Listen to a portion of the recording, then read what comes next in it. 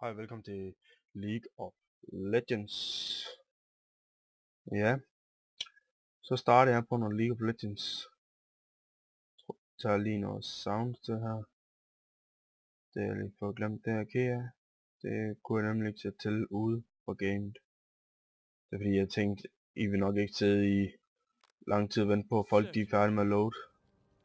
Altså, jeg har en rimelig hurtig computer. Jeg er altid først færdig.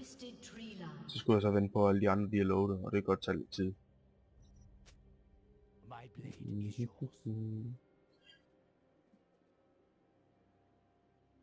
Ja, som sagt, det er jo første gang, jeg spiller League of Legends med, når jeg filmer. Så ved jeg ikke lige, hvordan jeg, hvad er det nu, det hedder, ja, hvordan jeg spiller.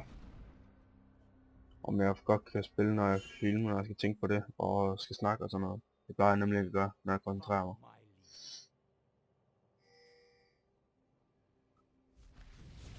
Så kører vi.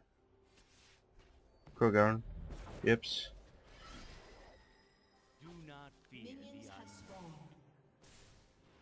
Hvad går galt?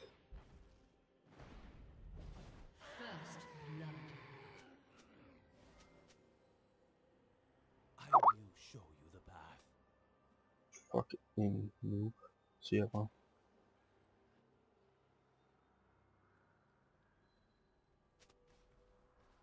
A summoner has reconnected.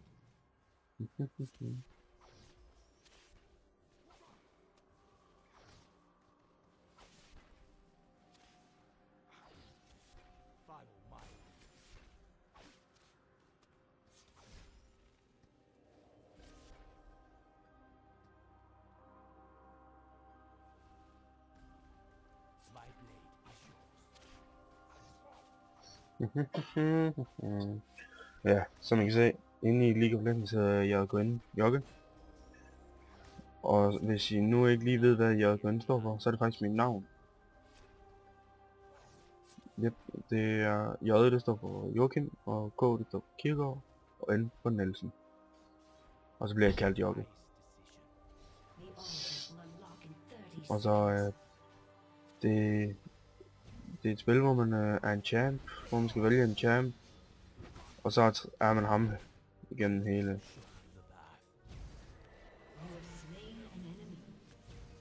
Scheisse.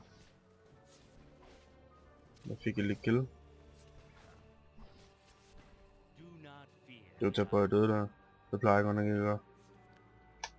Ja. Jeg må nok heller lige tage hjem. Skal ikke lige tage kill.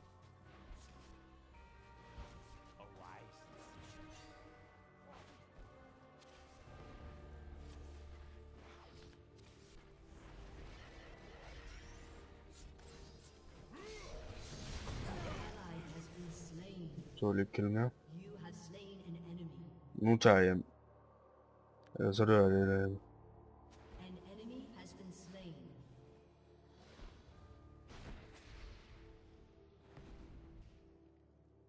Og så dør han igen.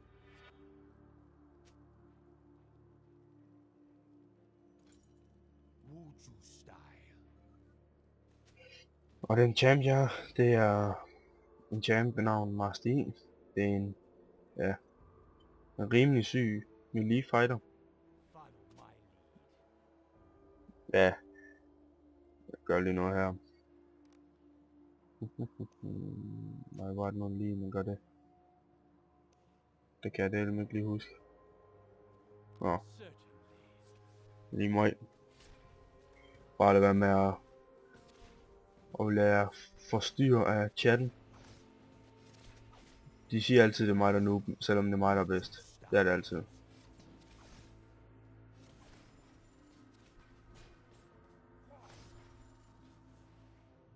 Yes. I don't care what you're saying.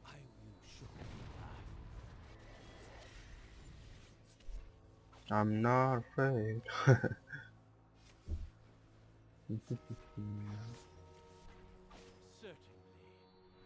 Jeg kan nok ikke så... Ej, hvad laver ham der? Den der dværg der. Den er man ikke for klog.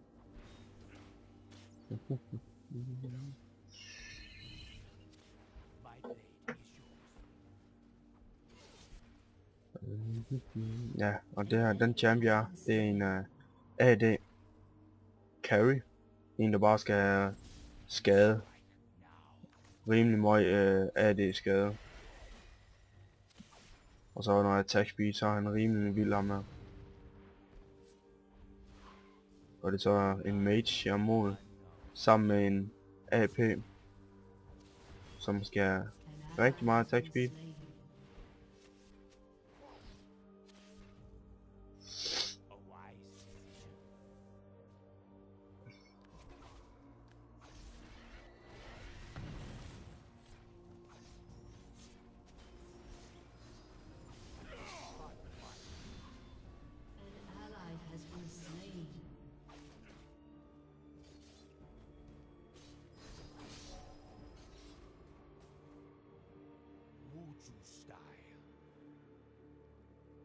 Running like a boss, running like a boss.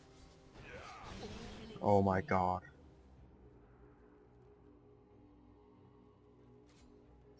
Ja, så det er det. Sikker notis.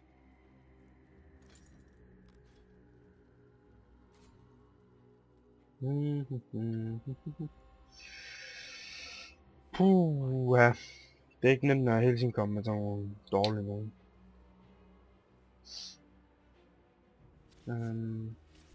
Ja.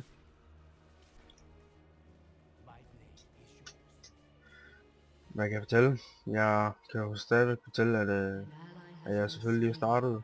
Og det er første episode, eller første afsnit af League of Legends. Det vil være League of Legends, Minecraft og ja. Og så måske, og så noget Killing Floor også. Ikke måske, noget Killing Floor. Det er nok de 3 spil, jeg nok mest spiller, og selvfølgelig World of Tanks.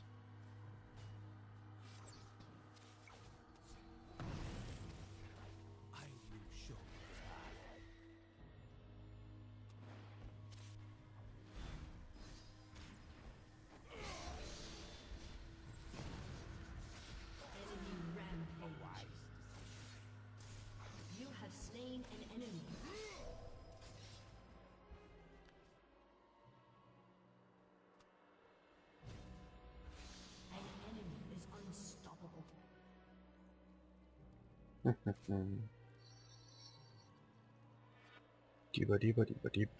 Ja.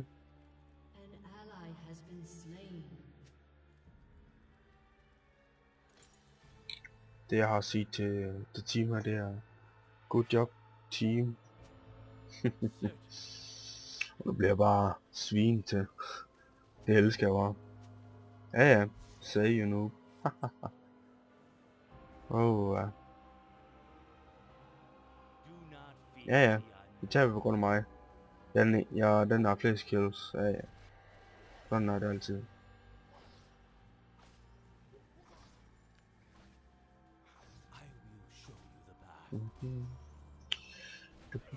Du må nok hellere gå op og hjælpe.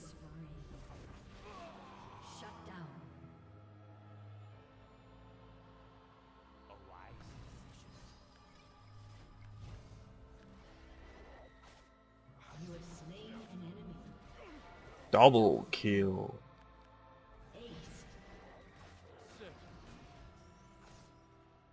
Nå, hvad siger man så bare?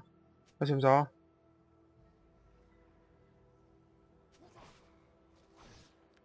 Hvad var så det jeg lige gjorde der? Var jeg noob der eller? Og lavede et lille double kill.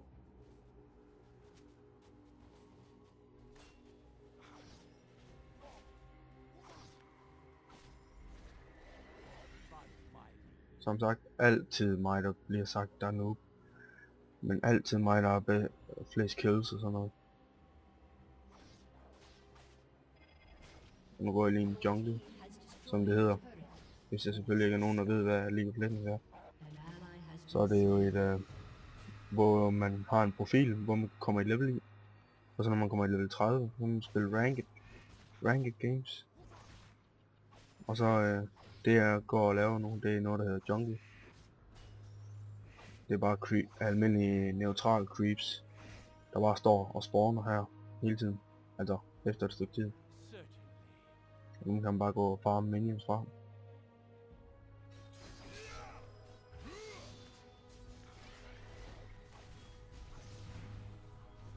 Do not fear the unknown.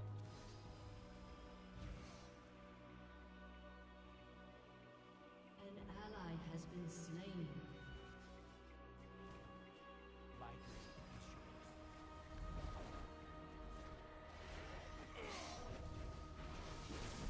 My Nice feed alligevel. You have been slain. Ja. Ser man det? Enemy has been slain. Enemy double kill. Oh my god.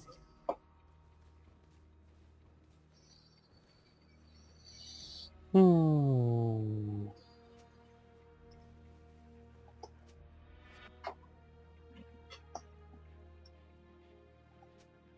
My blade is yours.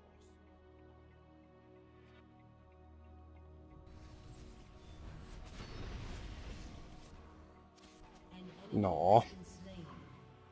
I will show you the path.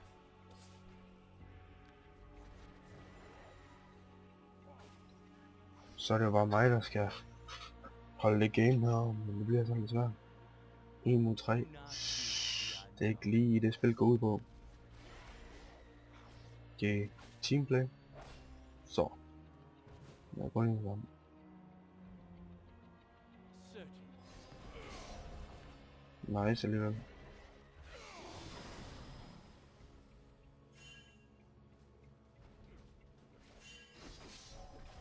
Stop noget, mens lejen er god. You have slain an enemy.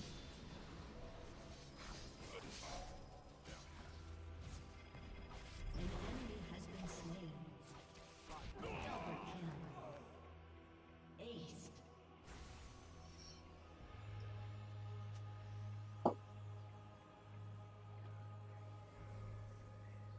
I will show you the path. I loved it.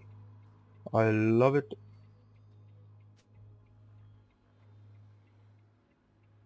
A wise decision.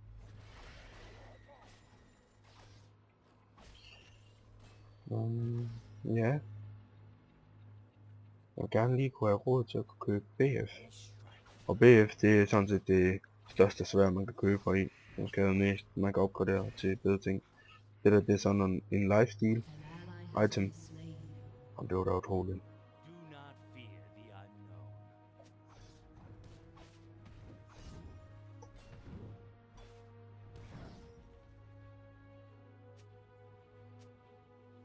Follow my lead.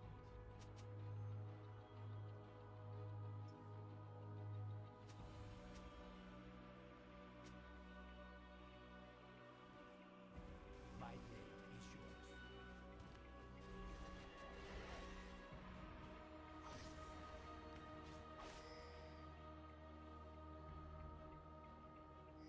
I will show you the path. Næste råd.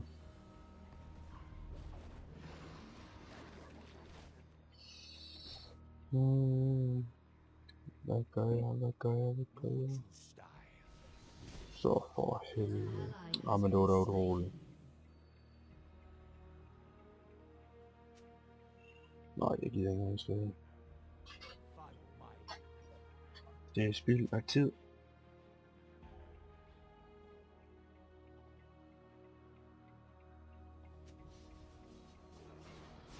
A wise An ally has been slain.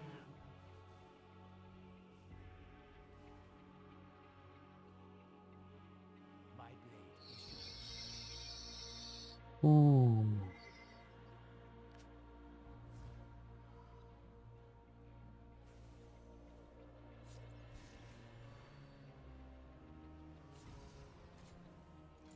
Do not fear the unknown.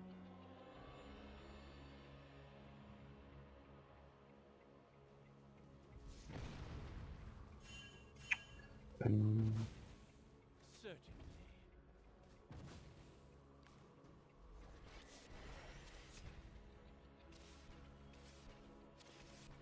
Hvad må jeg lige skal gøre? Det ved jeg sgu ikke. sgu ikke, når den næsten kun er 1 mod 3. Så der er man 7 death. Det var da sindssygt.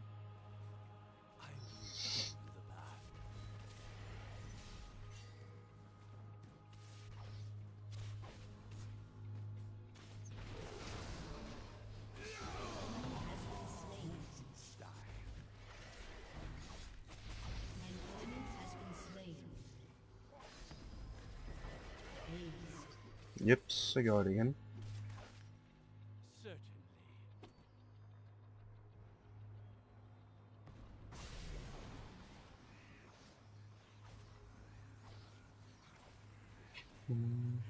I kan se, jeg er rimelig meget lifestyle, der var den.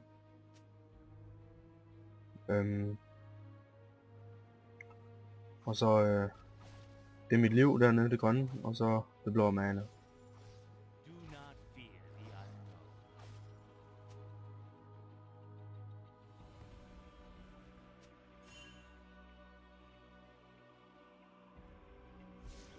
I will show you the path.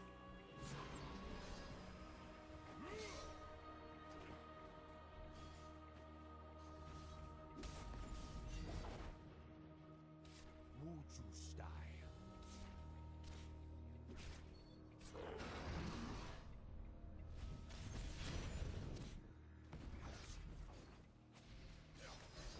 Enemy has been slain.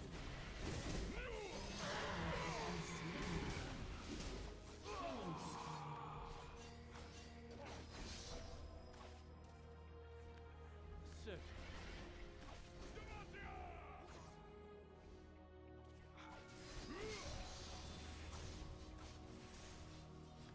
Aced.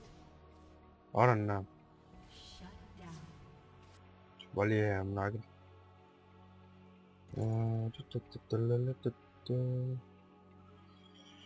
Hvad skal jeg købe nu? Købe attack speed. Jeps. Undskyld hvis det lige siger noget. Det er bare lige fordi jeg lige skal have lidt drik. Jeg er lidt tørstig.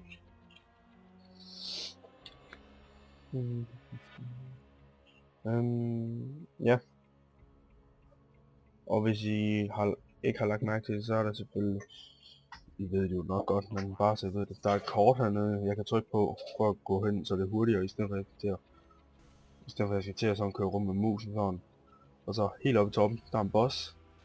Han er rimelig svær nok. Ham skal man have rimelig gode items for at kunne nok, eller så er det bare død.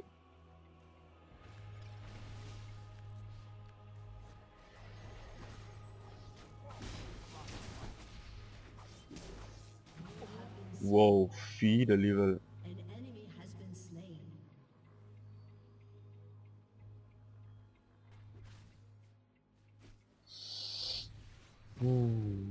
Ja. Jeg ved ikke lige hvad... An ally has been slain. Hold nu op. An enemy has been slain.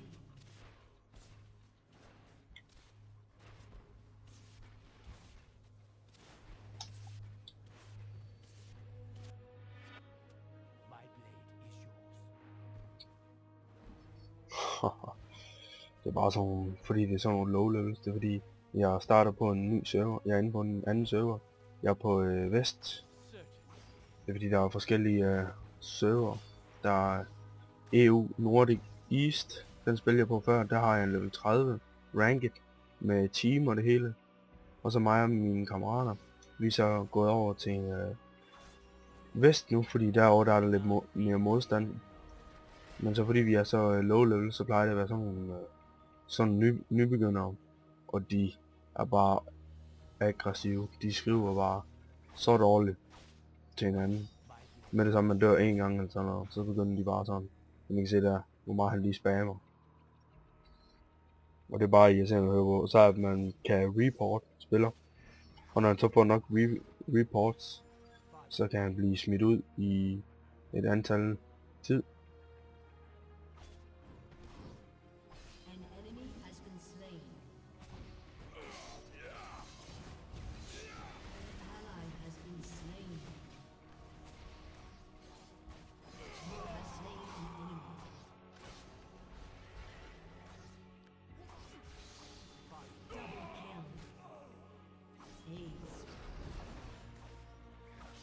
Så rykker vi.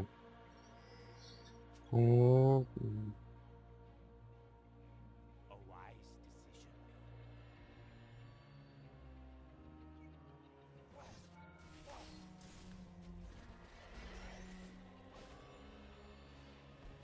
Mutu style. Your team has destroyed a turret.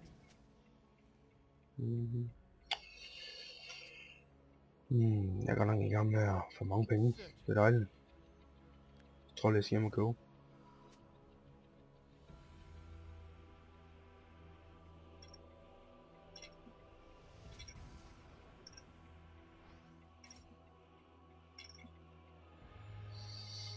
An enemy has been slain. Do not fear the unknown. Okay.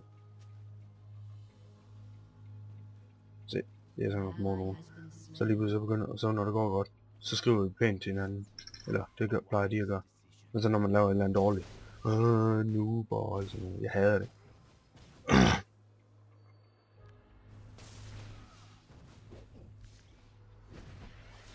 An enemy has been slain. Aced.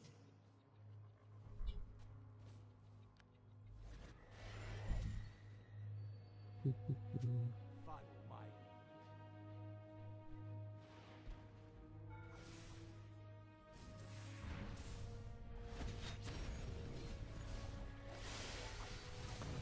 Aced.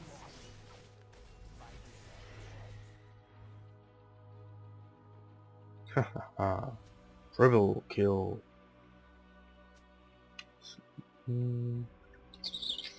Hvad må jeg sige købe næste gang? Show you the path.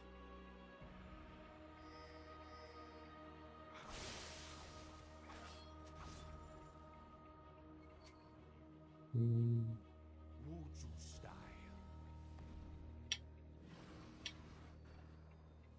Det er nabolandene, kan man høre.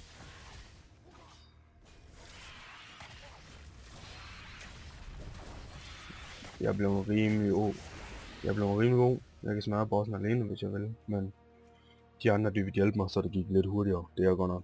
Det er teamplay. Det er det går ud på.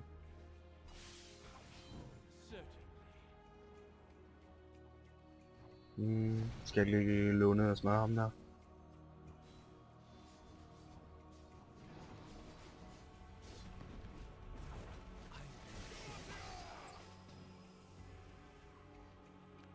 Unstoppable. Ally has been slain. Shut down. Ej, han stunner mig. Jeg kan ikke gøre noget som helst. Det er træls. An enemy has been slain. Sådan der, go gas. Løb. Ej, hvad var det? Nu dør du. Død.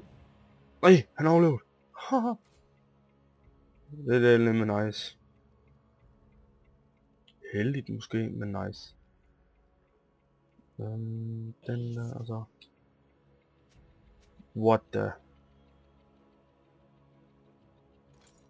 Fik han lige ace der? Hold da kæft, han må skade.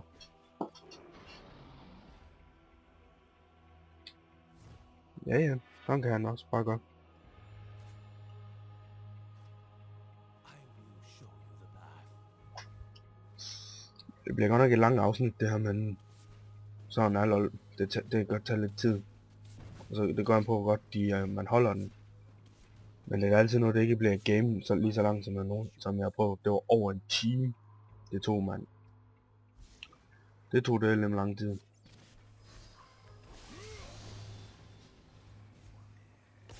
not fear the unknown.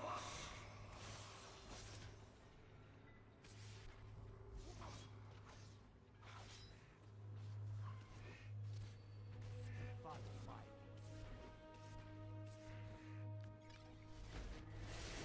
You have slain an enemy. Double kill. Triple kill. Aced.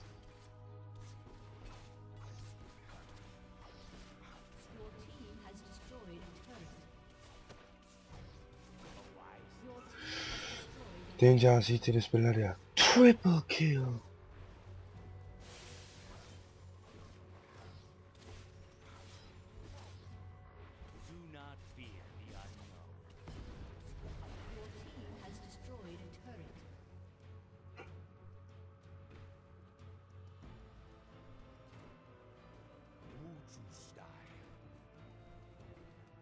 Mm.